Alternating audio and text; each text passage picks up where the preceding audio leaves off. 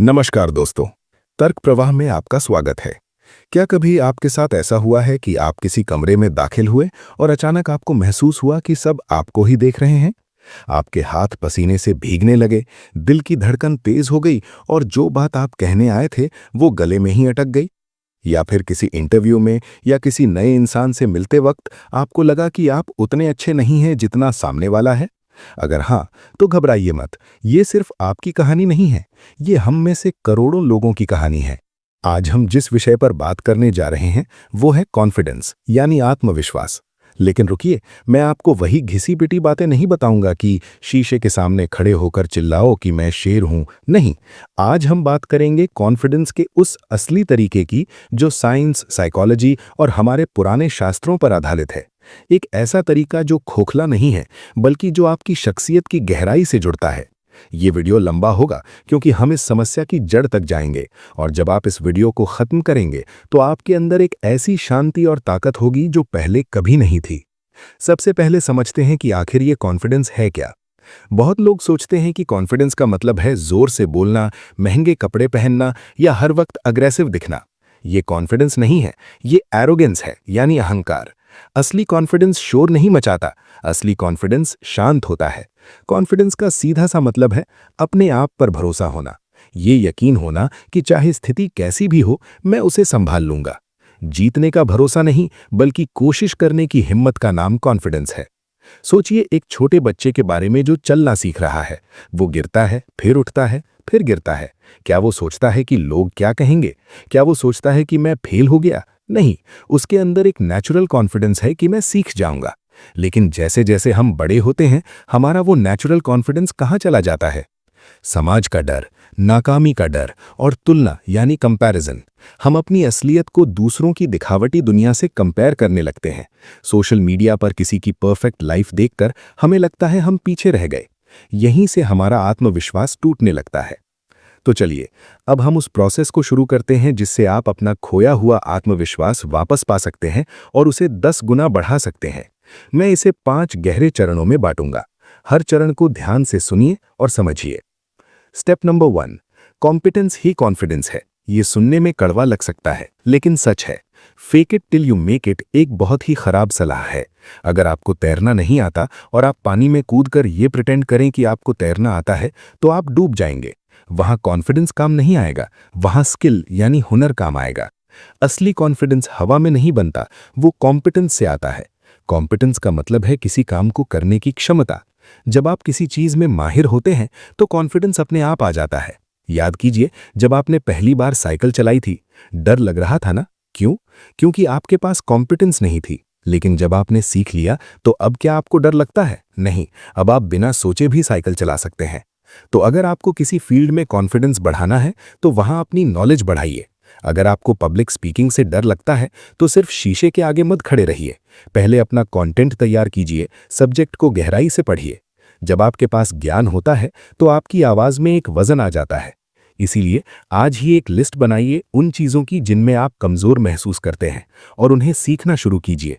छोटी शुरुआत करें, हर दिन 1% बेहतर बनिए। ये जो प्रिपरेशन है, यही असली कॉन्फिडेंस की नींव है। स्टेप नंबर 2, अपने डर को फेस करना, एक्सपोजर थेरेपी। साइकोलॉजी में एक कॉन्सेप्ट है जिसे कहते हैं जोन ऑफ कंफर्ट।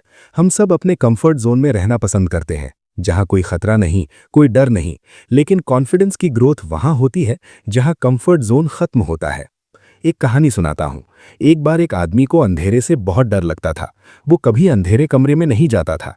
एक साधु ने उससे कहा, बेटा, इस डर का इलाज रोशनी नहीं है, इस डर का इलाज और गहरा अंधेरा है। वो आदमी हैरान हुआ। साधु ने कहा, आज रात तुम गुफा में बिना मशाल के बैठोगे। वो आदमी कांपने लगा। पहला घंटा उसके लिए नरक जैसा था। हर आहट पर उसे लगता कोई भूत है। लेकिन दूसरा घंटा बीतने पर उसे एहसास हुआ कि कुछ नहीं हो रहा। तीसरे घंटे में उसे नींद आने लगी और सुबह जब वो बाहर निकला तो उसका डर खत्म हो चुका था। इसे कहते हैं एक्सपोजर थेरेपी। जिस चीज से डर लगता है उसे थोड़ा थोड़ा करके फेस करो। अगर लोगों से बात करने में डर लगता है तो कल किसी अनजान व्यक्ति से सिर्फ टाइम पूछिए, सिर्फ इतना, भैया टाइम क्या हुआ है। अगले दिन किसी दुकानदार से थोड़ी बात कीजिए। धीरे धीरे आपका दिमाग समझ जाएगा कि इसमें कोई खतरा नहीं है। डर एक भ्रम है जो भागने से बड़ा होता है और सामना करने से छोटा हो जाता है।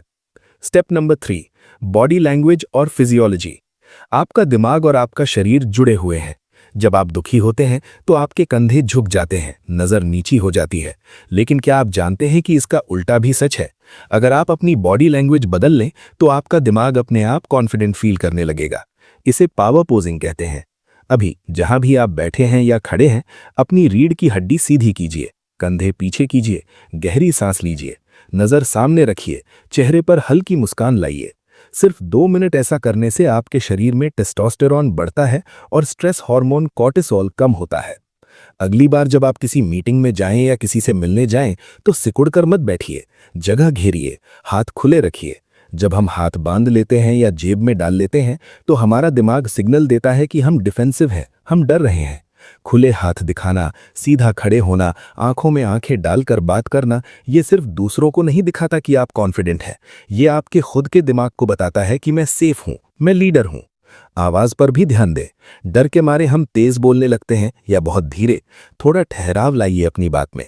जो इंसान रुक रुक कर, सोच समझकर और शांति से बोलता है, लोग उसे ज्यादा सुनते हैं। तेजी से बोलना घबराहट की निशानी है, शांति से बोलना कॉन्फिडेंस की निशानी है। स्टेप नंबर 4, सेल्फ टॉक को बदलिए।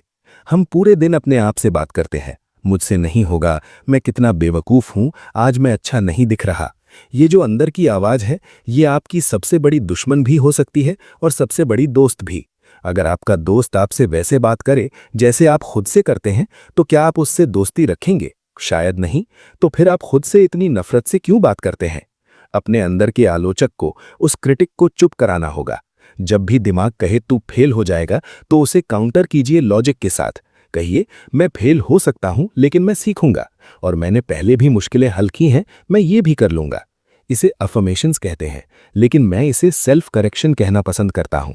शीशे में देखकर झूठ मत बोलिए कि दुनिया आपके कदमों में है। सच बोलिए। बोलिए कि मैं परफेक्ट नहीं हूं, लेकिन मैं हर रोज बेहतर हो रहा हूं, मैं अपनी कमियों पर काम कर रहा हूं। ये ईमानदारी आपको एक अलग ही कॉन्फिडेंस देगी। खुद को माफ करना सीखिए। हम सबसे गलती होती है, एक गलती आपको फेलियर नहीं बनाती।